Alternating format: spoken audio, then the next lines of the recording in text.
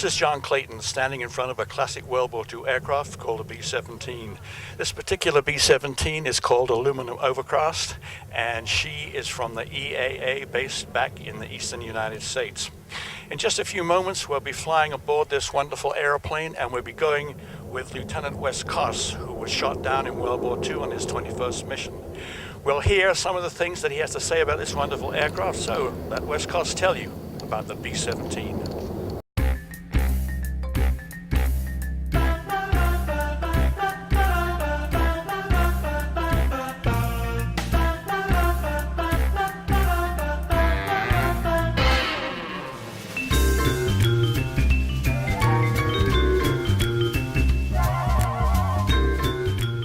We're down here at Torrance Airport with Captain Wes Koss, actually Lieutenant Wes Koss, who was a pilot of a B-17 in World War II, Stardust. But an interesting thing for people that don't know this window up here that you see with a machine gun, it's covered, but in World War II that was, can you tell us? Why, it was open.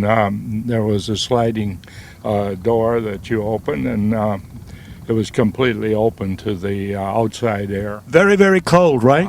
They were very, very cold, and the gun was aimed out of a rack just behind the window, and the gunner stood right where you can see the gun now, and did his shooting, and he was cold, very cold. For people who want to know such things, what is the caliber of that gun? That's a 50 caliber machine gun. They were all 50 caliber machine guns on this airplane. And when you were shot down, these engines here on the right-hand side of the aircraft, just tell us what happened. The aircraft on the other side?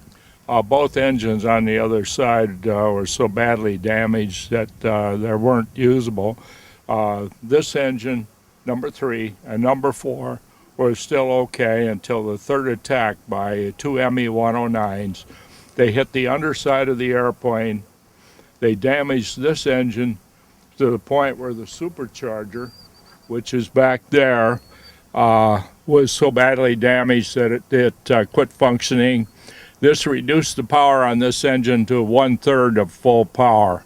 So now it was down to one engine, a good one, and one that had 1/3, and two that were inoperative.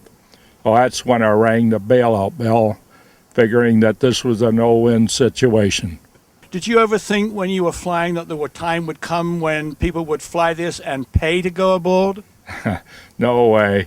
No way. I was very happy to be paid to fly it, and there's no way that I ever thought that the old bird would be taking people for a ride, a nostalgic ride, for pay. I think it's wonderful because it's a terrific experience for anyone that has any idea what flying a heavy bomber was like in World War II. What memories does it bring back to you standing here looking at this wonderful bird? Well, it's not as big as I thought it was. Not as big? To me, it looks bigger. Well, you know, I've flown so many bigger airplanes that when I first started flying it, I thought it was so large and so big, and now I realize that it's still a very big, wonderful airplane, but it's a little smaller than I had remembered it.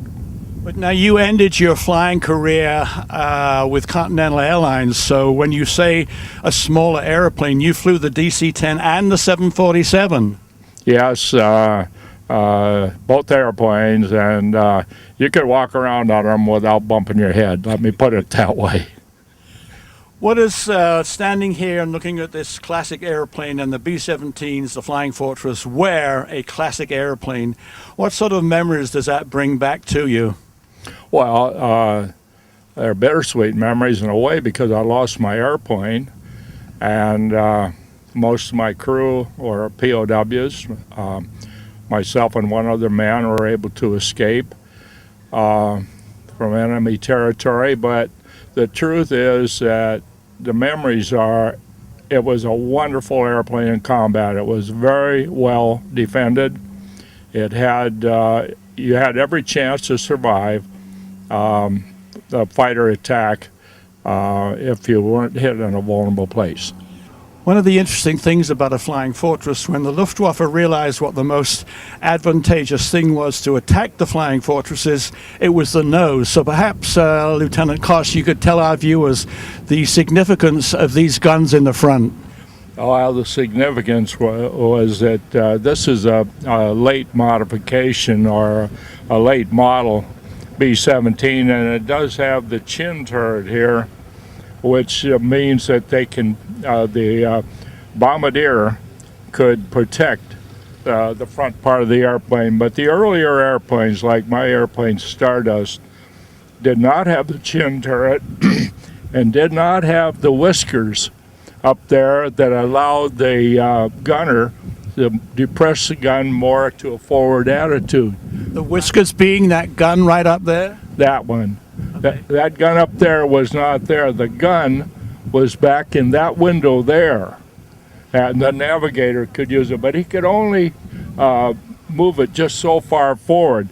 So an excellent attack position was 1130, almost level, in a position where the ball turret gunner could probably not hit him and come in about 11:30 or 12 o'clock or 12:30. And that's where I was hit. Two attacks from 11:30 position, and the third attack got the underside of the right wing and the number 3 engine. When the Luftwaffe realized the new fortresses had guns in the front like that, did it make any difference to their attacks? Oh, I'm absolutely certain it did. I think they tried to find another spot that was a little softer, and I'm not sure where that was. As a kid growing up in London in World War II, I was only very small at the time, but I remember seeing pictures of B-17s coming back to England. I mean, half their tail was shot out and the midsection was shot out and maybe only, 2 engines. She was an amazing airplane in terms of flying ability.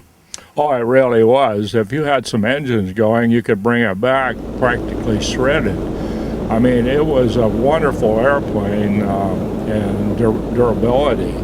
It had to have some power on it, though, to get the pieces back. I guess finally you made it back to England eventually after crossing the Pyrenees. And then I guess the U.S. Air Force, or the U.S. Air Corps it was called at that time, wanted you to go around and tell various air bases about how to escape. But you weren't allowed to tell everything, is that right? Well, no, we couldn't go into details, but we could certainly give them ideas about how they could facilitate their own escape by using their head. And frankly, if man could stay free from capture for 48 hours, his chances were very good of being able to escape. That was the gist of it, and then we told them about wearing proper shoes and how to contact people and all that sort of thing. So yes, I did. I went from airbase to airbase in the 8th Air Force with a group lecturing about escape and evasion. I know that this is old hat to you, but for me, I'm really, really excited that in a few moments we'll be flying in this bird. Even though you flew the plane, I don't want to put words in your mouth, but are you just a tiny little bit excited? I'm pretty excited, sure. I love to fly, and I can't think of anything I'd rather do than fly on a B-17 today.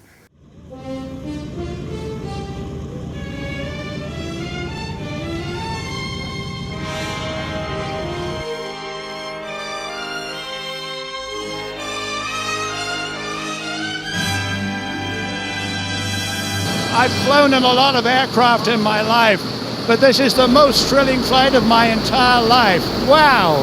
Woo!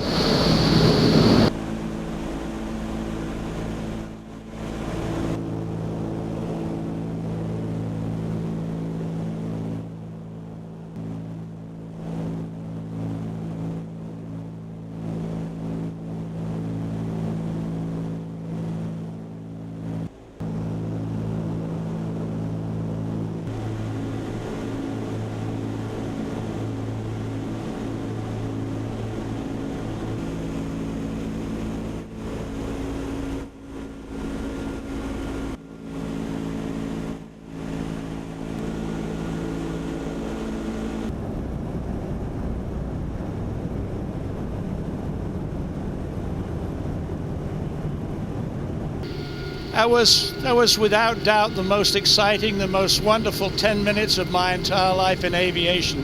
What an experience, what a thrill. I hope you can do it too someday.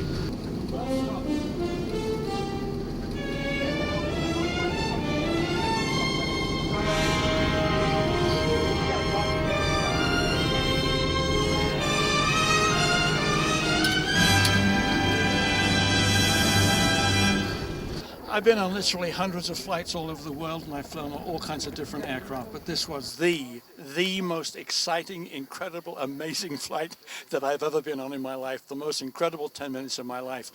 Wes Coss, I know that you're a veteran of all these things, but how did you feel flying on this great bird? Well, it was really nostalgic, and riding in the cockpit, I could watch the motions of the pilot and co-pilot and the controls, and I felt very much at home, frankly. My wife said that when we came in for a landing, you knew exactly where to touch down. Well, I felt very comfortable. I felt that as if I was in the seat, I could have made a good landing, frankly. Maybe I'm fooling myself, but I felt comfortable, and I think it would have been a good one. And it was. A great landing. As I said, this is one of the most incredible flights I've ever been on, and for more adventures and exciting things to see and do around the peninsula, stay with me, John Clayton. Until next time, so long.